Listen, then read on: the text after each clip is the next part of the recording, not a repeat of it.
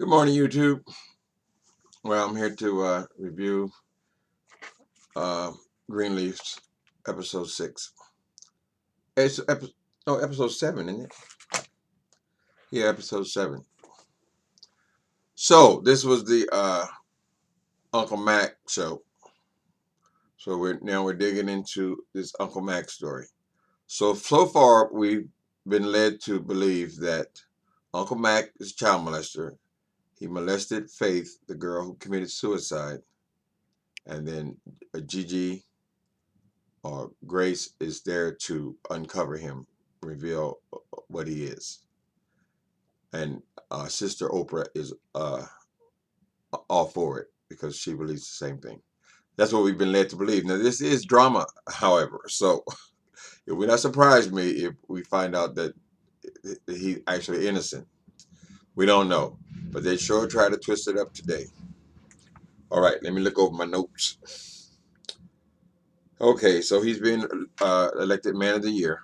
So now they're playing with this a lot in this episode because for a few minutes there it looks like maybe we got it wrong, or that maybe I don't know. For a while it looks like maybe we got it wrong. Maybe he's not who we think he is. Maybe he's innocent of these allegations, and then we're made to believe that there's another girl he's interested in. And then we go back to believing that he's covering up for the bishop in some financial crimes of his. So anyway, let me not jump around. Okay, so it's about Matt now. Uh, Obviously, when they do these church dramas, generally speaking, the pastor is either a whoremonger or a thief. I'm sorry. I'm sorry. That's the way it is. That's often the way it is in church fiction. There's something not right about the pastor. So I had almost come to the conclusion after the first 6 episodes that the pastor was an innocent man. He was just a successful man, even though he did buy that jet. I didn't like that too much, but now he's saying that these books, these records, could unveil something that could end him up in prison. So these are words he said. He said he could be put in prison for the things he's done. So this auditor apparently, when the church gives love offerings, now, I mean, it could be digging into the tithe. I mean, I don't know if he gets the salary, or we don't know everything about this, but apparently the church has been collecting once a month or once every other month a love offering, which is a gift to the bishop. These love offerings, due to a change in the laws, now have to be reported as income on his personal taxes. So apparently these churches are tax exempt, but the employees or the pastor, he still has to pay personal taxes, from what I understand of this thing. Anyway, so he's mad at Matt because Matt then gave this girl the books, and she's discovered this little glitch in church finances. Now the auditors want to evaluate what all he owns, even down to the furnishings in his house, and he's not pleased. It'd be nice if sometimes the pastors weren't crooks, but anyway, it is what it is. All right, so there's this weird story at the end of this episode where Matt is. Well, first of all, let's talk about a couple other things first. Okay, so the minister of music, apparently the minister of music, the new guy, what's his name? Did I write it down? Carlton.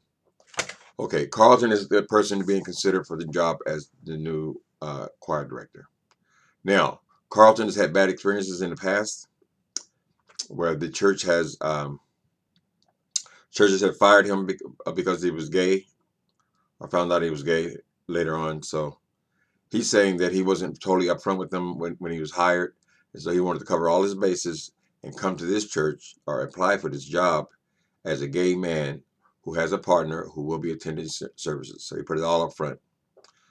Okay. Now, they're in their research in the investigation. I guess they investigate the potential employees. Uncle Mac has realized has come to understand that he has sued the last two churches that he worked for, which is probably founded. I mean, I never really thought about that angle, but you discriminate against somebody because of their sexual orientation, apparently you can be sued. So he sued last two churches. So Uncle Matt is very cautious about hiring this man because he don't want to get the church in a situation where now that they're in litigation, and so he's hesitant about hiring this new choir director.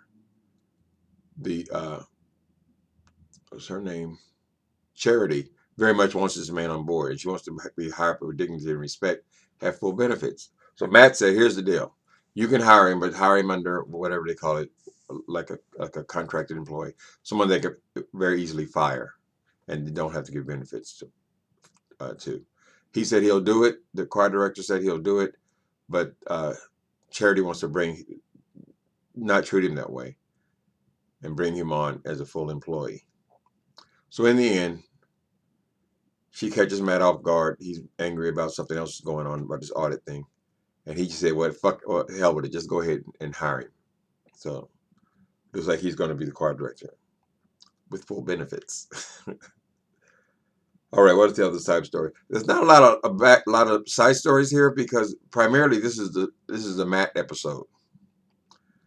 Okay, so Matt has been named Memphis Man of the Year. He's going to get this big award, and he gets it. And apparently, Morgan Freeman is doing the presentation, but they don't give Morgan the role. They just use his name. I wonder if they had to pay him for that. I don't know. So we didn't see him give the award, but they're emphasizing that it was a big award. Okay, after the thing is over, uh, Uncle Matt comes back to his. Now we're pretty much confused at this point. Is this man good or is he bad? Is he a child molester or is he just a patsy and some other kind of cover up? We really don't know. At least I didn't. I'm getting confused, and that's the writer's job, to kind of have some mystery there. So it wouldn't surprise me at all if Matt is not.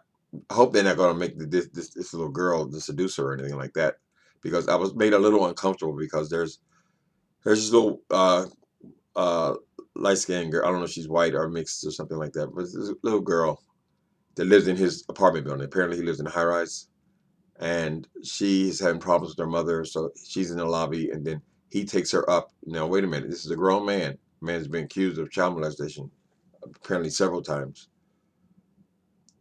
Takes her up into his apartment. They're alone in the apartment, and he's drinking.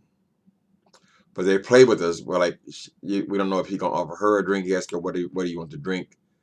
And then, so he's actually offering her a Coke or Kool-Aid or something like that. But we're led to believe it's kind of getting kind of seem kind of sensual there. Like maybe the girl is hitting on him, which I would be very uncomfortable with that because of a child is a child, a child is a child. Now I don't think they should be overdoing it with any kind of sex play between this girl playing a 15, 16-year-old girl and this grown ass man.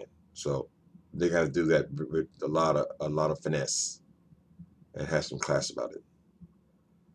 So the little girl, apparently her mother is bipolar or something. She's off her meds. She's acting a fool, and she's up in this single man's apartment by themselves, and he's drinking. And at some point, he offers her a little taste of the alcohol.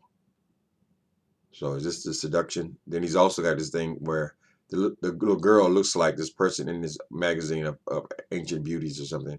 Anyway, he's always looking at this book of this little girl who looks like this person in the magazine. I mean, it's from the 1700s or something. So it's not her, but it looks just like her. And so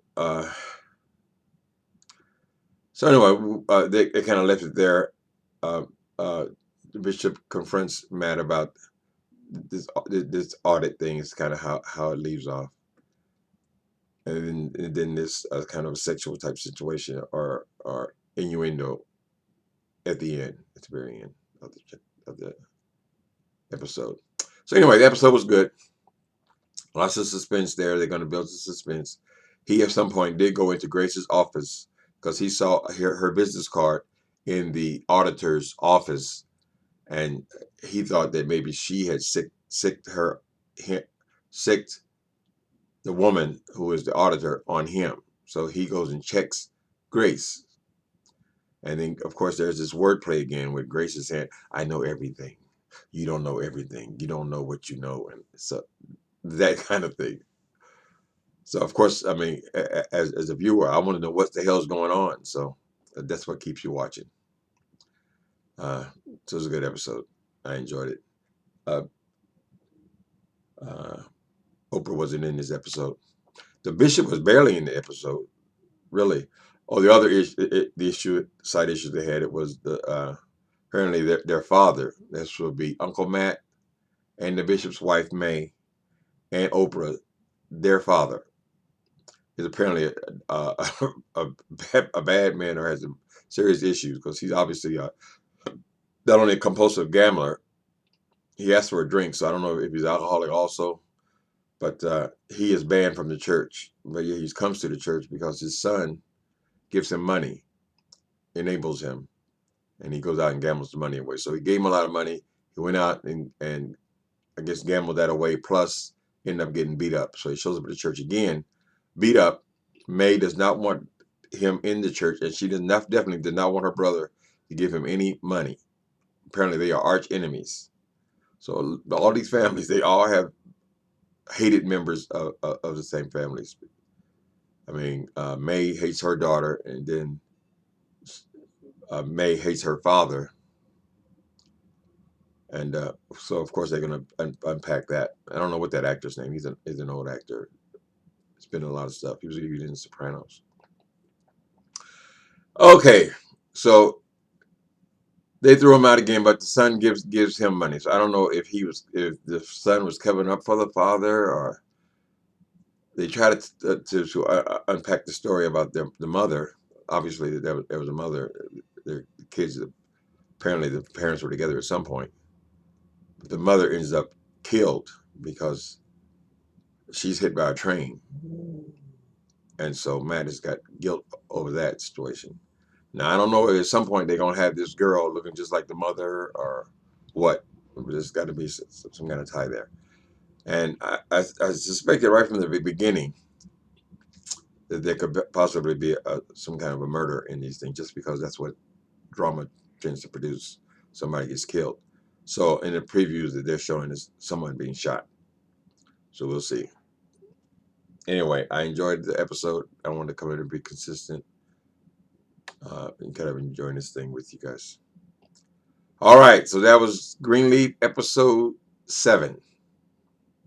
How long was that? How long is the season? I know the Sopranos used to run 13.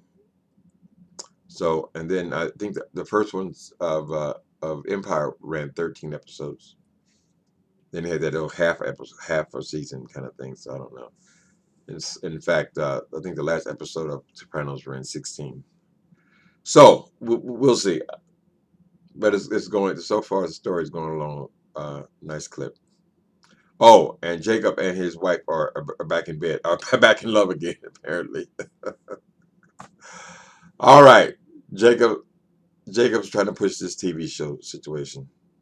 Remember last week they tried to screw the producer of the show, the person who would produce the show. Well, he's still on the show thing, even though he declined to show up for this little party. So we'll see. All right, that's it. Episode 7.